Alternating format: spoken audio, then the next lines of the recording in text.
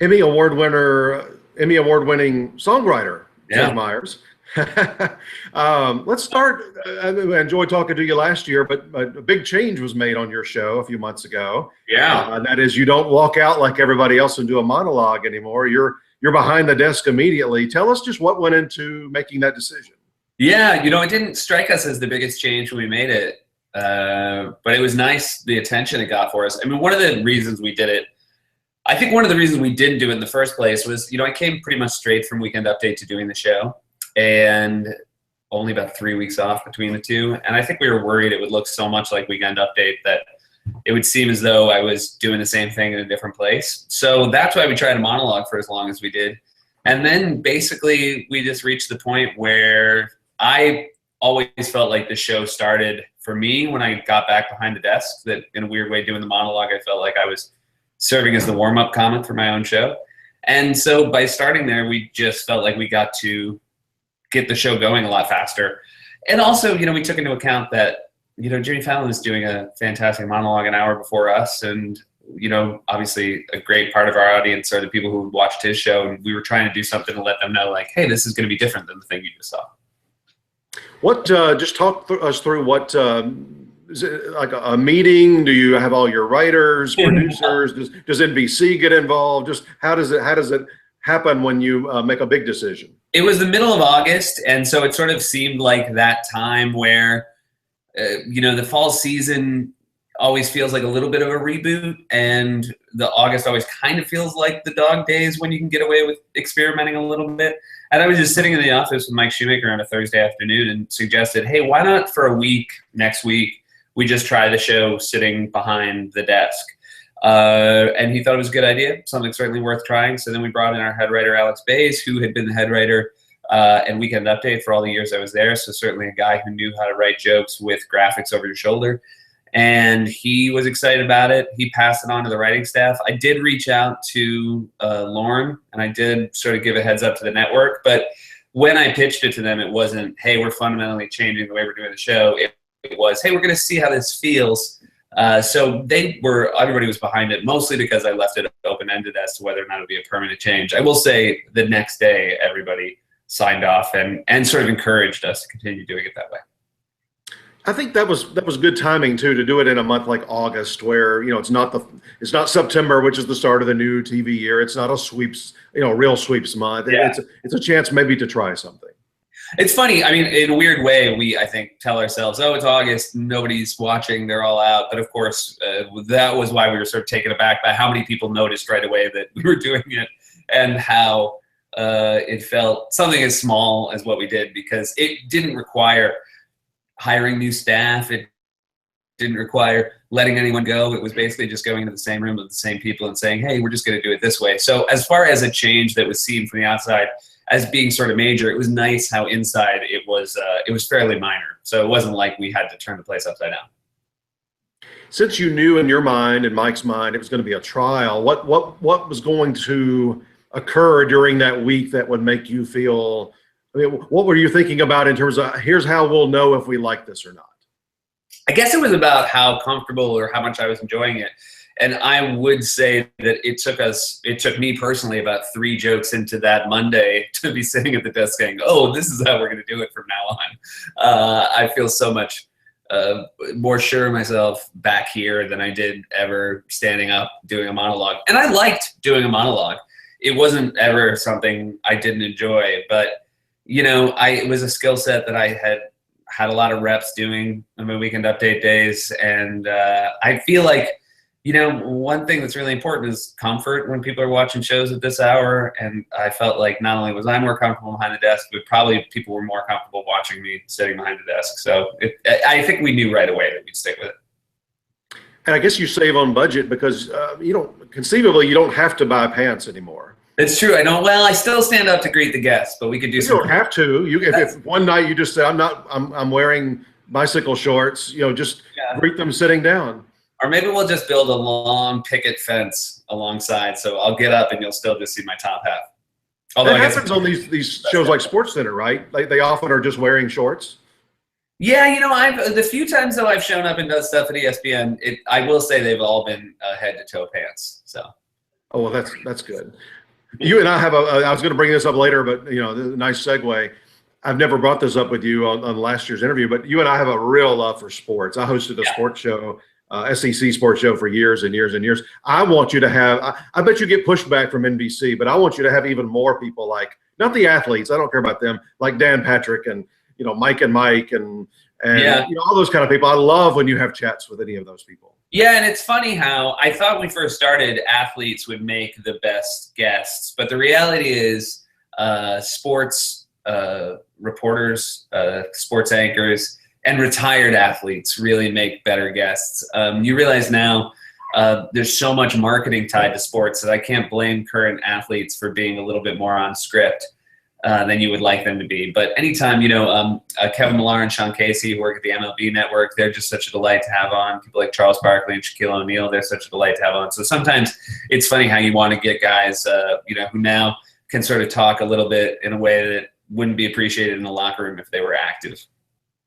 I don't know if you feel this way, but it's quite often like, let's say it's a Sunday afternoon and there's a game coming on. I'm thinking, do I really want to invest 3 hours, or would I rather hear, Mike and Mike tomorrow morning talk about the game? I'm getting to where I want to hear people talk about the games more than I want to watch the game. The other thing I'll say about that is it eliminates the stress. Like if you just walk away and then wait till the outcome, that's what I felt like. I'm a big Steelers fan, and I realized the only part of the week I enjoy is the Monday to Saturday after a Steelers win. I don't actually enjoy watching it anymore. I'm too tense and upset, and it's not. I would describe no part of that as relaxing. But the relaxing is I agree with you, the aftermath. If the result is the result you wanted, just sort of like bathing in that for 6 days. Oh, right. And if I'm invested in a team or a game, there's no way I'm going to miss it. But it's all those other ones where you're like, I don't know if I want to watch this one or not. Yeah, no, there's a lot less sports in my life with this schedule than there was back in the day. And just so they'll watch the video, my brother-in-law and all 4 of my nephews are huge Steeler fans, which is strange since we're all from Mississippi. But, he grew up in the 70s, and so. Yeah, there's a lot of that. There's a lot of spread out Steelers fans because of the 70s. That's right. Or Cowboys. It's one or the other if you grew up in the 70s. Yeah. And it's whether or not you're a good person or an evil person. That's how you know. Yeah, I was a Cowboys fan. So, but once Jerry Jones took over, that went out the window. So, speaking of sports, politics, is it a whole different feeling for you when you were on Weekend Update, or now that you've got your own show when it's a presidential year? Is it just so much more fun? Yeah, especially if we try to build our first act of the show as much as we can around news that happened either that day or the day before. That's sort of our newspaper act for lack of a better word. And so, the more that's happening, that's getting covered in the news, and the more that our viewers care about it, which I feel like there's always more so during an election year, it just generates so much more material for us to mess around with. So it's been a really, I don't think it's probably great for the country with how early this whole process starts now, where we start talking about who's running for president the full 20, 22 months before it. But for us, it's not been bad as far as having material. Are those good guests? When you have a political candidate on, are they typically good guests? Some are good, some are not. It's a bit of a shame. I understand that when you're running for president and you're campaigning, you want to use every second on camera to be messaging, to be getting that stump speech out. It is a shame, I feel like, when we have people on who don't realize that this is an opportunity to do something differently, to come out and be a bit more engaging because it's a late night show and it's a different audience. Sometimes, and this is Democrats, this is Republicans, sometimes people get really locked into talking points. And that's one thing at a rally when people are showing up because they're fans of yours. But a lot of that stuff doesn't turn out to be applause lines in a late night audience. And then it all just kind of falls flat. So I would never stop having them because I always feel like it's an interesting opportunity to try to get them to say something that they might not have said yet. But sometimes right away you can sort of clock, oh, this is going to be one of those ones where they're just going to sort of harp on talking points and how, they're going to change the path of this nation. And at some point it's a little boring. I read the other day, I didn't know this, but just to make the whole process even more fun, did you know that Bill Clinton is technically eligible to be Hillary's vice president? I had no idea. That would make things interesting. Oh, that would be fun. That'd be House of Cards right there. That would be House of Cards. That's The like, reason, I mean, he's obviously eligible to be vice president because there's no rule against it. But the problem is, I thought, if something happens to her, he's already served his 8 years. So the rule, after Roosevelt was, but actually the number is 10. You can only be elected twice, and you can only serve 10 years. So let's say something happened to her, not that, we want that to happen, Randy, but let's say in the first year, he could come in and be president for 2 years and then appoint his vice president. you have the first 9 pages of a very good thriller screenplay.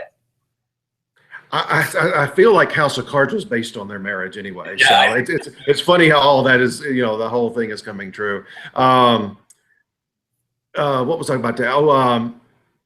Where are you now in your comfort level from when you first started? I don't ever think these shows reach a place of fully comfortable, but I do feel exponentially more comfortable than I did when I started. I think the thing that takes you the longest to figure out is that there's a luxury of volume when you get to do a show every night. And one of those things that volume provides is you don't have to be heartbroken when a joke doesn't work, or when a desk piece doesn't go perfectly, or when an interview is not exactly what you wanted it to be, because you kind of get to go out and have another at bat tomorrow.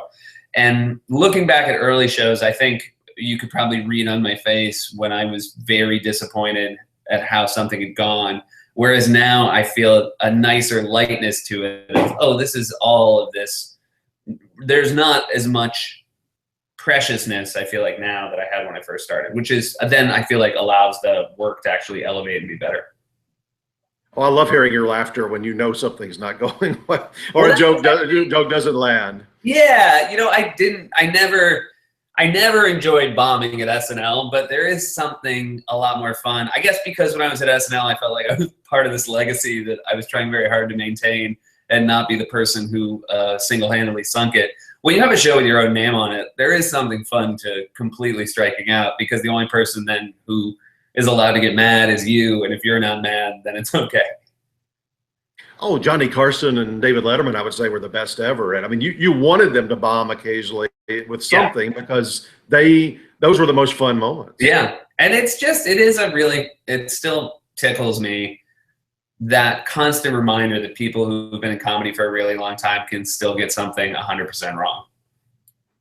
Well, I'm watching some Carson now on was it Antenna TV or something, where they're running, I'm shocked. I tape it every night. I watch them maybe on the weekends, but I'm shocked at how often, you think of it being perfection. Kind of like SNL. I bought those first 5 seasons, remembering them as a child, and they had just as many sketches that were great as were bad, just like now. Well, look, anytime you create enough material that you can start putting out best ofs and clip shows, you basically get to shape everybody's memory of how it actually went down in the first place.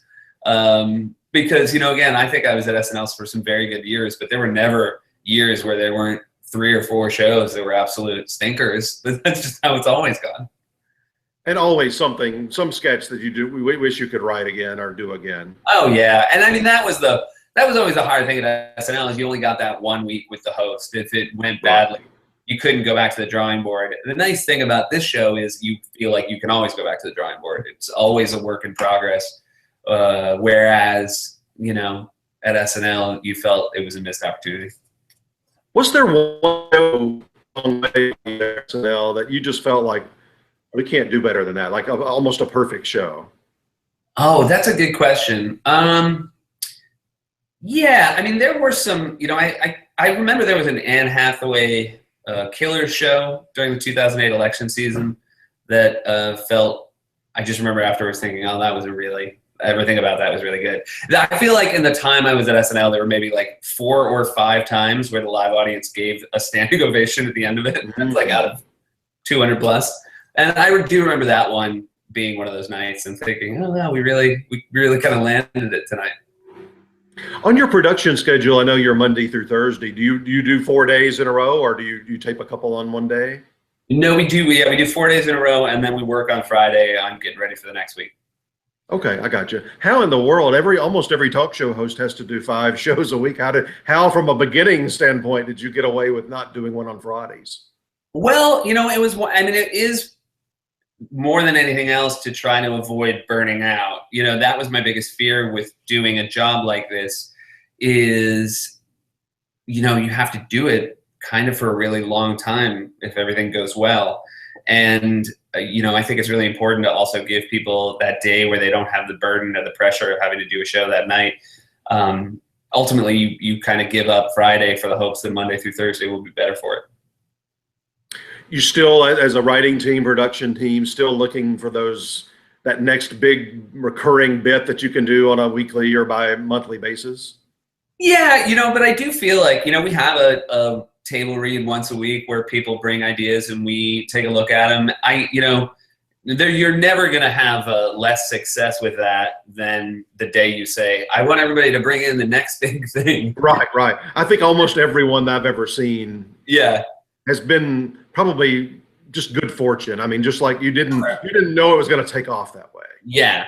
And so I think what you have to do then is just provide as many opportunities for your writing staff to put work in front of you in hopes of finding that, you know, diamond, pearl in the oyster, if you will.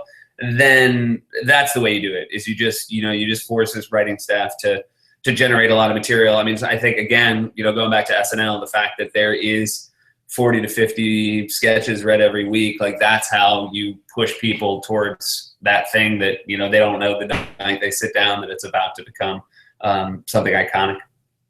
Another big thing for NBC this year will be the Summer Olympics. It'll be your first time with those as the host. Will you do something unique with that? Have you talked yet about what late night will do with the Summer Olympics? Well, we'll fully be off the air for those 2 weeks. That is one of the things I realized, because I guess we started right after the Winter Olympics. Yes, this is only my second Olympics doing this, but it was the same thing before. Like NBC Sports does not want to cede that time back to a late night show. They'll use it to what, you know, if you tune in for me, you'll be seeing track and field highlights. And right. So I think hopefully, you know, we'll be able to do something maybe beforehand with some of the athletes and maybe afterwards. But they're certainly not sending us to Brazil.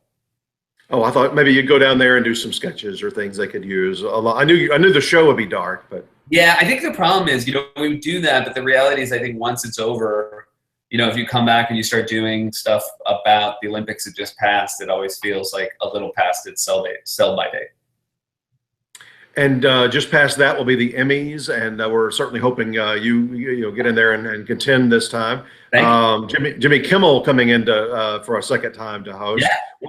What he's done it before, and you've done it before. What kind of you have a tip or two for him this time? Oh gosh, I don't have a tip or two for him. He was arguably the funniest thing the night that I hosted.